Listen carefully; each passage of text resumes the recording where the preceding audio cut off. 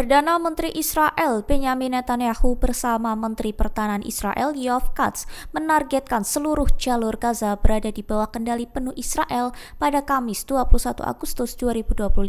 Serangan darat ini sebelumnya disetujui pada Selasa 19 Agustus lalu.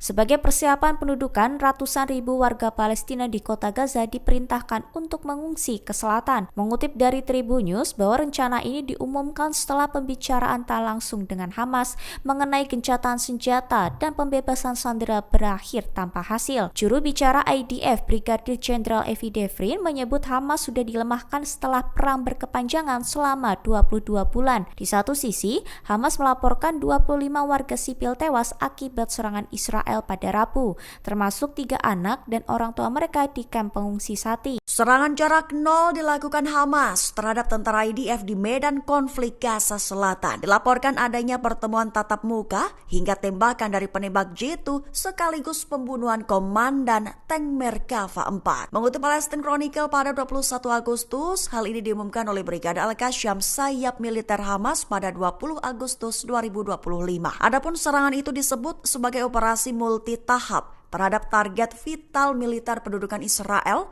yang dilakukan pada Rabu 20 Agustus pagi waktu setempat. Rinciannya, Al-Qassam menerobos lokasi dan menyerang beberapa tank penjaga Merkava 4 menggunakan bom Shawash dan peluru Yashin 105.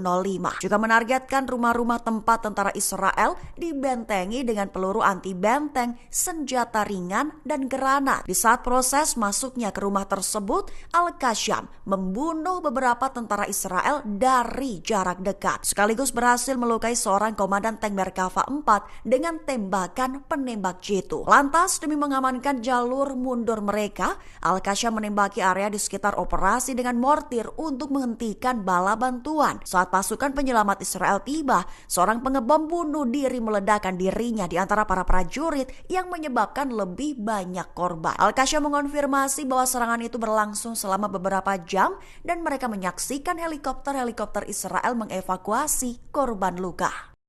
Gerakan Ansar Allah Yaman mengecam keras pertemuan yang digelar di Paris antara Menteri Luar Negeri Suriah Ashad al-Shaibani dan delegasi Israel. Melalui pernyataan resminya, kelompok tersebut menilai langkah Suriah sebagai pengkhianatan terhadap perjuangan rakyat Suriah. Mereka menyebut faksi bersenjata di Suriah hanya menjadi alat kekuatan asing yang melayani proyek Zionis. Mengutip dari Al-Mayadin pada 20 Agustus bahwa Ansar Allah menilai pembicaraan itu dilakukan saat Perdana Menteri Israel Benyamin Netanyahu tengah mengumumkan langkah eskalasi baru di Gaza. Mereka juga menuding Israel terus menyerbu Masjid Al-Aqsa dan mendorong proyek Israel Raya. Kelompok itu menuduh kepemimpinan Suriah membuka pintu normalisasi dengan Israel meskipun agresi militer terhadap Suriah masih berlanjut. Ansar Allah menegaskan penolakan terhadap segala bentuk normalisasi dengan Israel serta mendesak negara-negara Arab menghentikan langkah yang mereka sebut sebagai jalan pengkhianatan agama dan moral. Angkatan Laut Iran dilaporkan menggelar latihan rudal bertajuk Sustainable Power 1404 mulai Kamis pada 21 Agustus 2025.